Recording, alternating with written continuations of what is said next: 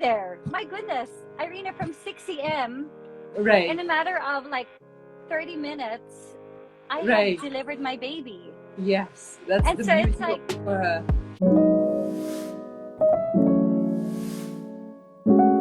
he's asked for the drugs. Okay, let's do this. okay, And okay. And he totally just opened up my cervix and allowed for me to deliver my baby without the drugs. And yeah, it was such a wonderful experience because one, it was something that I had dreamed about, it was something Right. that I had prayed for, and Right. something that I had always wondered how it would feel. I was always, paano kaya? Can I do it? I wonder if I can do it. People say that I can, but you know, being physically fit is so different to having to go through a delivery. It's so different, the kind of pain and, you know, the self motivation that you need to go through. It's so different, and to have been able to do it, Did you man, did if you I can just somehow encourage every mom to experience it, right? it's so wonderful. Were there any like learning or new information for you while you were preparing for your first childbirth? Is there something that helped you to prepare to embrace the intensity of labor? Any of Well, any of the learnings? Maybe the from the one course thing, or maybe from other preparations that you had.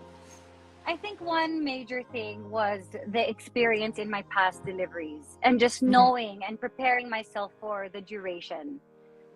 Mentally, I had to prepare myself that it's going to take longer than what you Right. wish for it to be.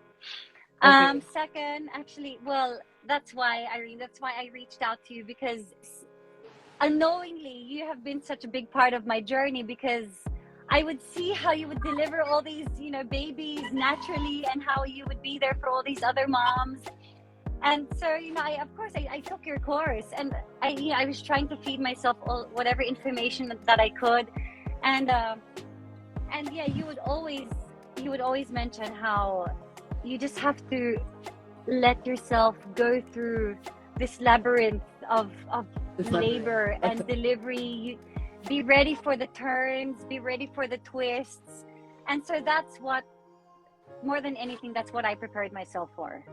Wonderful. And this is exactly what labor, and I'm very happy that this message came across, that yes, labor is that kind of labyrinth that you don't know how close you are to the center, because there's so many twists and turns, right? So for some it can be, you feel like you're almost there, but actually you still need to take a couple of U-turns before you get to the pushing stage, and you know, and it finally happens. And for you, you probably thought it was still much longer, but you, in your case, it was a shortcut.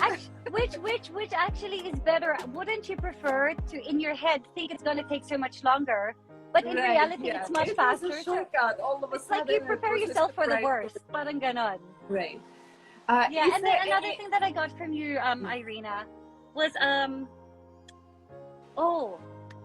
the movement.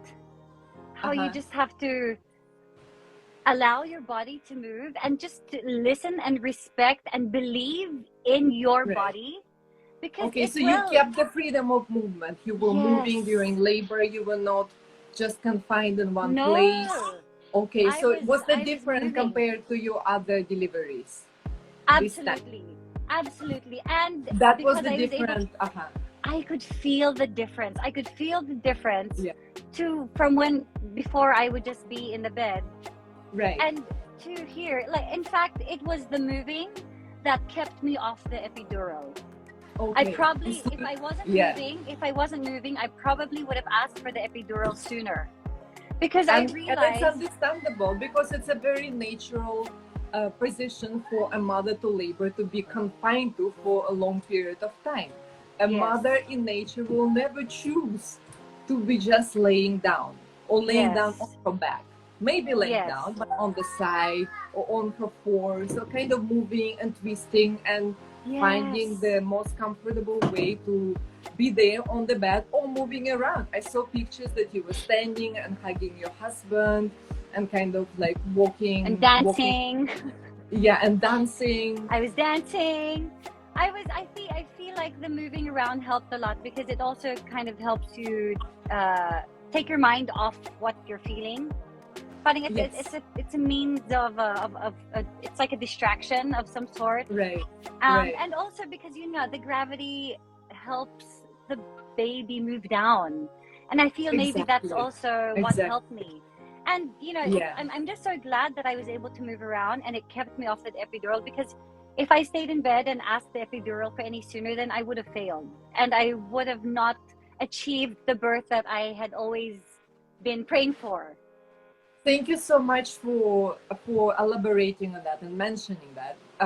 In my advocacy and like spreading awareness about natural births, freedom of movement is the basic human right of mother in birth. It should be for granted. It shouldn't be a given that the mother has to be confined on her back and like stripped and immobilized for the rest of her labor process. That's not how it's meant to be. So mamas who are listening, and if you're preparing for your birth, make sure you discuss that with your care provider and ensure that you keep that movement. Actually, and have the baby's heartbeat monitor intermittently, every hour, every 30 minutes, whatever your care provider feels comfortable about. But it's important to move. Exactly. Actually, it's propel funny, the baby Arena. down. Yeah. I was trying to do everything that I could to stay away from even the suero, the IV. Right. I was even trying to stay away from that. But because, from the beginning, this delivery and labor was so different to my past 3 because I tested positive for my GBS. Okay. Which means I needed to. So it means you had to take the antibiotics. Antibiotics, which obviously I needed to get the suero. I was trying to stay away from the suero because I didn't want anything to be attached to me. Okay. Yeah. But because of that, because I tested positive in GBS, I had to have antibiotics. So that that's necessary it wouldn't be a for problem prevention. for my baby. Yeah. Yeah. Mm-hmm. And for the first time out of all my pregnancy, all my labors, for this one, my water actually leaked. Okay. And the moment that your water breaks, you're exposing the baby. You're on a timeline. You're on a timeline, exactly. Yeah. So and this was so different to my past deliveries because my doctor would actually be the one to puncture my water because I would get to 9-10 cm and my water would still be intact.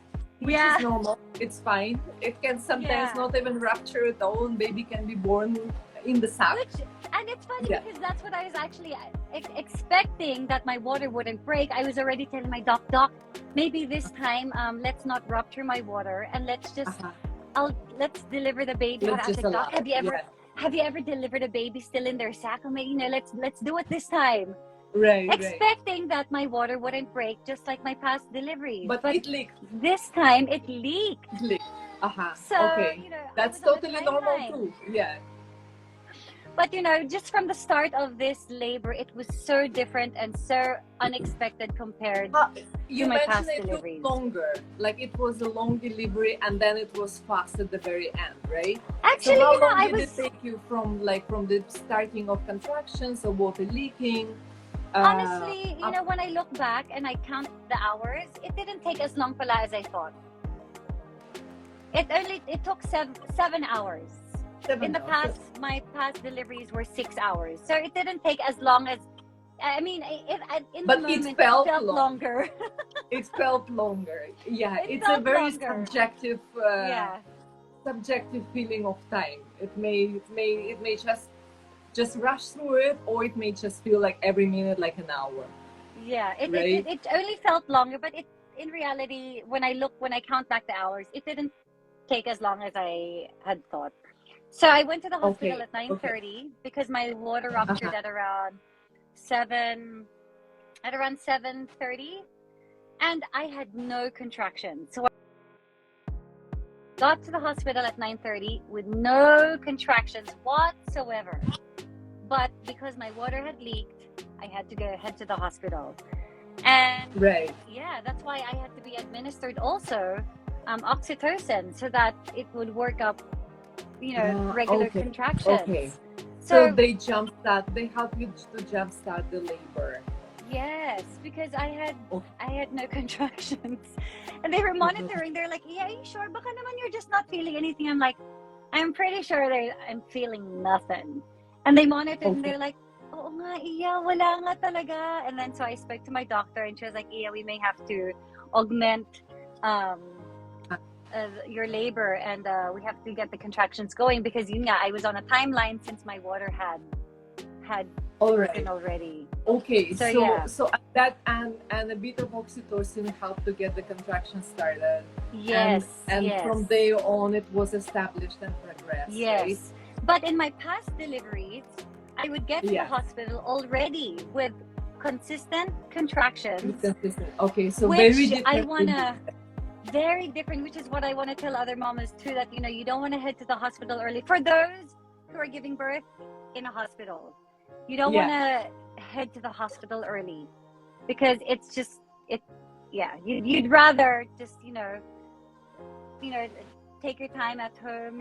It's not Take your time. until when you Yeah. feel that it's consistent that at around every 5 minutes that you'd want to head to the hospital. I think Okay. that's the best time. Okay. Well, interesting. And yeah, thank you so much for sharing that. So you're